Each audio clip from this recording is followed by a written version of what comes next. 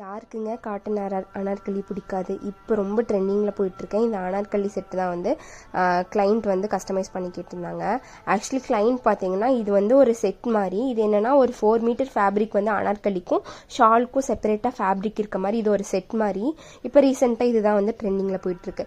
இது வந்து கிளைண்ட் எடுத்தே கொடுத்துட்டாங்க. ஒரு 2 செட்டு எடுத்து கொடுத்துருந்தாங்க. ஸோ இது வந்து நான் 2 கஸ்டமரோட ட்ரெஸ்ஸை வந்து ஒரே வீடியோவில் போட்டிருக்கேன். ஏன்னா கொஞ்சம் டியூரேஷன் கம்மியாக இருக்கனால. ஸோ 2 ஒரே மாதிரினால ஒரே வீடியோவில் உங்களுக்கு இன்க்ளூட் பண்ணிட்டேன். ரொம்ப சூப்பராக டர்ன் அவுட் ஆயிருந்துச்சு. கிளைண்ட் எப்படி கேட்டாங்களோ அதே மாதிரி நம்ம வந்து கஸ்டமைஸ் பண்ணி கொடுத்துட்டோம். போட்டுட்டு அவங்களால பிக் எடுக்க முடியல அப்படின்னு சொல்லிட்டு ரிவ்யூவும் கொடுத்துருந்தாங்க. பட் ட்ரெஸ் ஃபிட்டிங் எல்லாமே சூப்பராக இருக்குன்னு சொல்லியிருந்தாங்க. இது பார்த்தீங்கன்னா செகண்ட் கிளைண்ட்டுக்கு வந்து கஸ்டமைஸ் பண்ணது.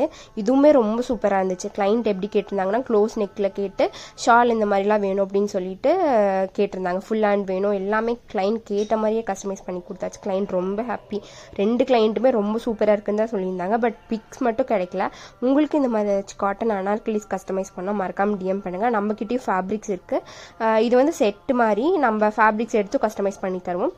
உங்களுக்கு ஏதாச்சும் வேணுன்னா மறக்காமல் டிஎம் பண்ணுங்கள். பாய், தேங்க்யூ.